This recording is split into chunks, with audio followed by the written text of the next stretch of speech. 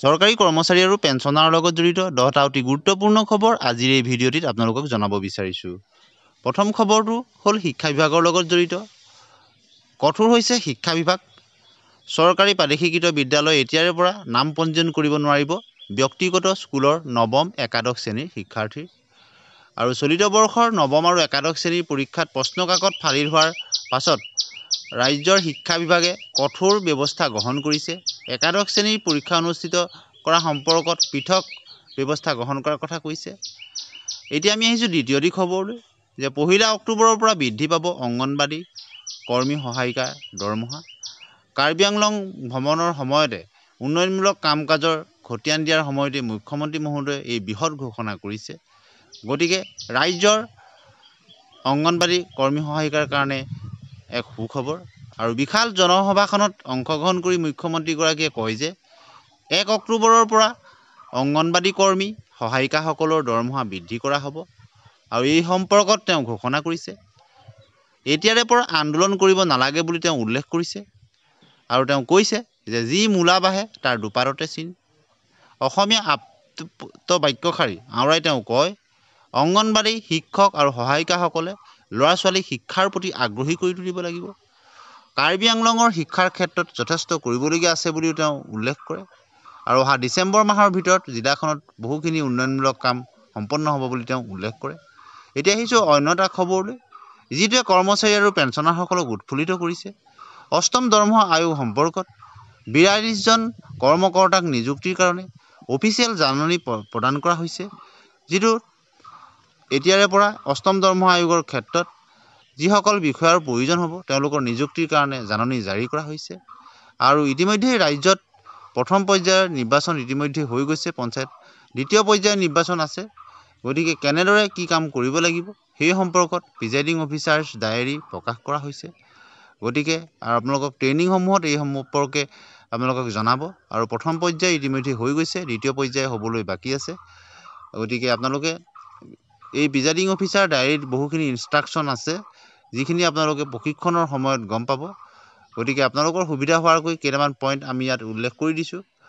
গতিকে আপুনি নিৰ্বাচনী আৰু প্ৰশিক্ষণ আখৰাৰ শ্ৰেণীসমূহ বাধ্যতামূলকভাৱে উপস্থিত থাকিব লাগিব। নিৰ্বাচন প্ৰাৰ্থীৰ সকলো সুসংগত নিৰ্দেশ আপুনি পোৱাকৈ প্ৰস্তুত কৰি ৰাখিব লাগিব। আপুনি আপোনাৰ নিৰ্দিষ্ট ভোটগ্ৰহণ কেন্দ্ৰটোৰ অৱস্থানৰ ব্যৱস্থা আদিৰ সম্পৰ্কত সাম্যক তথ্য সংগ্ৰহ কৰিব লাগিব। ইয়াৰ উপৰিও নিৰ্বাচনী কৰ্তব্যলৈ ৰাওনা হোৱাৰ আগতে নিৰ্দিষ্ট কাউণ্টাৰৰ পৰা আপুনি নিৰ্বাচনী আহিলা পাতি সংগ্ৰহ কৰিব লাগিব।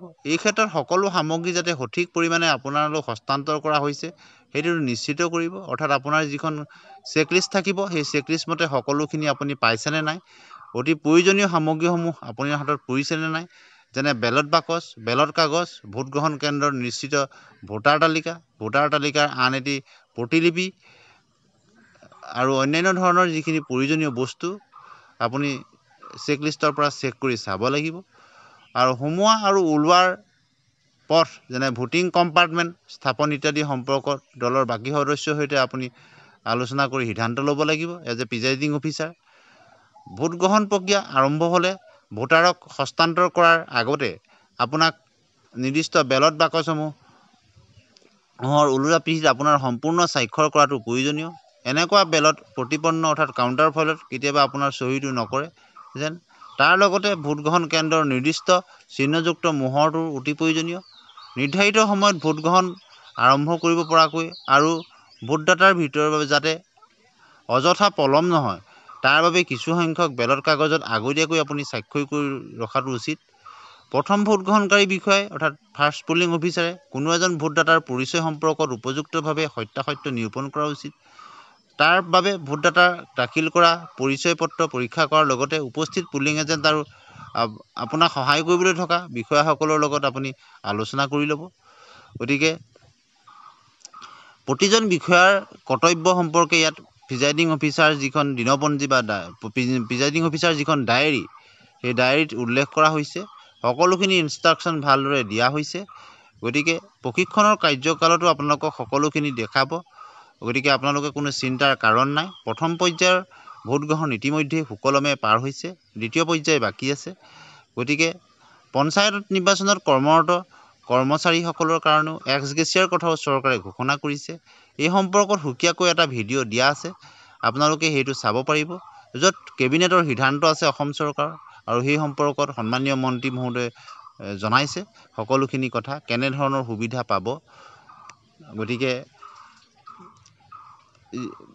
প্ৰিজাইডিং অফিচাৰ ডায়েৰীত উল্লেখ থকা অন্য কেইটামান গুৰুত্বপূৰ্ণ বিষয়ও আপোনালোকক ইয়াত আমি উল্লেখ কৰি দিছোঁ, যাৰ আপোনালোকে প্ৰয়োজন হ'লে স্ক্ৰীনশ্বট লৈ ল'ব পাৰিব। অৱশ্যে প্ৰশিক্ষণসমূহত আপোনালোকে এই সকলোখিনি তথ্য পাব, আৰু যিখিনি আপোনালোকক নিৰ্বাচিত বিষয়াসকলে আপোনালোকক জনাব। গতিকে এতিয়া আহিছোঁ আমি অন্য এটা খবৰলৈ, যে পঞ্চায়ত নিৰ্বাচনৰ পিছতেই ৰাজ্য চৰকাৰৰ কৰ্মচাৰীসকলৰ কাৰণে ভাল খবৰ আহিব পাৰে। ইতিমধ্যে আপোনালোকে 2% DA আৰু DR আপোনালোকে এই মাহৰ পৰাই আপোনালোকে